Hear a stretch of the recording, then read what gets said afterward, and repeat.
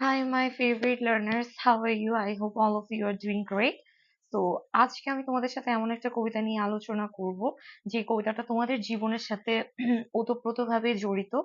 যেহেতু আগামীকালকে থেকে অনেকেরই পরীক্ষা স্টার্ট হচ্ছে অ্যান্ড নেক্সট মান্থের ফার্স্ট উইকে অনেকেরই পরীক্ষা আছে। তো তাদের সবার কথা বিবেচনা করে ঠিক 3 মিনিটের মধ্যে আমি একটা কবিতার সামারি বলো বা থিম বলো সেটাকে অ্যানালাইসিস করে দিচ্ছি। I'm not going through the overall analysis or line by line explanation. আমি জাস্ট মুখে তোমাদেরকে বলে দিচ্ছি and you will get the theme of the poem in the comment box. So don't forget to check it over there. So no further delay, let's dive into it. So the poem name is The Schoolboy, which is written by William Blake. As you know that William Blake is a famous poem of romantic period.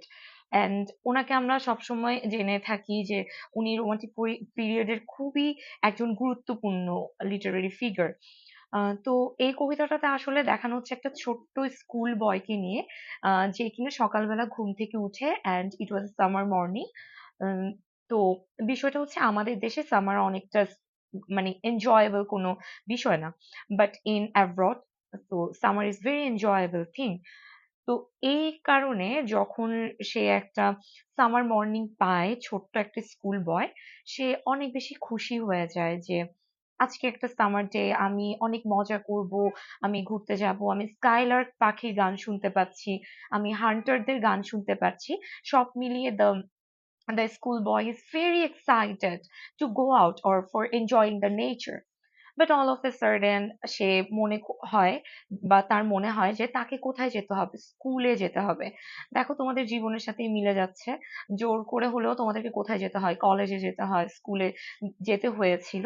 ঠিক সেভাবে তাকেও কোথায় যেতে হবে, স্কুলে যেতে হবে। তো যেহেতু মা বাবার প্রেশার আছে, না গিয়েও পারবে না, তো সেই স্কুলের উদ্দেশ্যে বেরিয়ে যায়। অ্যান্ড যখনই সে স্কুলের গণ্ডিটা পার হয় তখনই সে কি দেখতে পায়, যে বেশ কিছু ক্রুয়েল আইস যেগুলো তার দিকে তাকিয়ে আছে। এখানে অ্যাকচুয়ালি কবি ক্রুয়েল আইস বলতে আমাদের যে টিচাররা আছে বা আমাদের যে মেন্টরসরা আছে তাদের কথা বলা হচ্ছে, যে তারা তাদের দিকে একদম খুবই রুক্ষ দৃষ্টিতে তাকিয়ে আছে, যে এখনই তাদেরকে কি করতে দেওয়া হবে, পড়তে বসানো হবে, তাদের উপরে যে কনভেনশনাল প্রসেসটা আছে, একাডেমিক ক্যারিয়ার বলো বা যে কনভেনশনাল একাডেমিক প্রোগ্রেসটা করার জন্য যে প্রেশারটা দেওয়া হয়, মানে আমাদের যে গতানুগতিক শিক্ষাক্রম, সেটার কথাই বলা হচ্ছে। তো এই কাজটাই তারা করে, যে তারা বারবার হচ্ছে স্টুডেন্টদেরকে কি করে, ইম্পোজ করে, স্টুডেন্টের উপর এটা চাপাই দেয় যে তোমাদেরকে এটা পড়তেই হবে।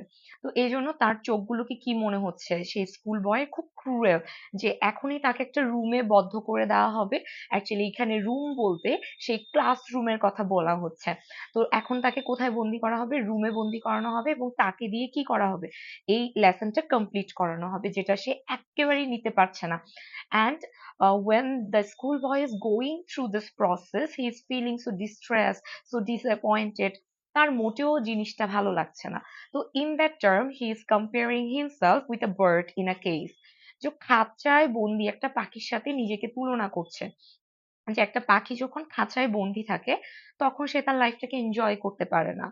ঠিক সেভাবে সে তাকে একটা ছোট্ট চারা গাছের সাথেও তুলনা করলো, যে যখন একটা ছোট্ট চারা গাছে ফুল হবে, তো ওর মা বাবা যদি সেই চারা গাছ থেকে বা সেই ফুলটাকে যদি ছিঁড়ে ফেলে, সেই ক্ষেত্রে বসন্তে আমরা কি পাবো, বসন্তটা কেমন হবে, বসন্তটা অনেক বেশি আহ ডিস্ট্রেসফুল হবে। বসন্ততে আমরা কখনোই কি করব না, তখন ফুল ফল পাবো না। তো এই কারণে কবি বলতে চাচ্ছে, শৈশবে যদি আমরা তাদের শৈশবটাকে নষ্ট করে ফেলি জাস্ট এই শিক্ষাক্রমের আন্ডারে ফেলে, বা এই যে কনভেনশনাল প্রসেসের যে জাতাকলটা আছে, সেই জাতাকলে যদি আমরা আমাদের লার্নারদের জীবনটাকে ফেলি বা তাদের উপরে এই কারিকুলামটা চাপিয়ে দিই, তখন কি হবে, তারা তাদের জীবনটা মোটেও এনজয় করতে পারবে না। তাদের যে চাইল্ডহুড হবে সেটা একেবারে কি হয়ে যাবে, স্পয়েলড হয়ে যাবে।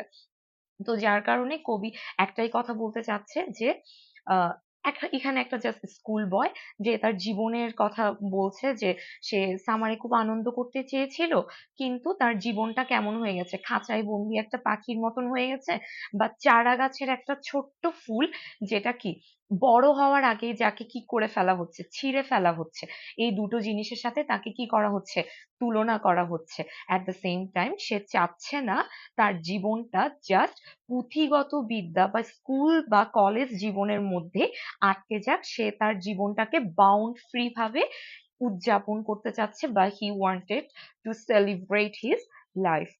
That's all about the theme. আমি খুব বেশি অ্যানালাইসিসে যাইনি, তো তোমরা একবার যদি এই কবিতাটা ওভারঅল পড়ো, then I guess you will understand the poem very easily. And don't forget to check out the comment box, because I'm just writing the theme over there. Just একবার পড়ো থিমটা, আই গেস তুমি এটা খুব সহজেই লিখতে পারবে।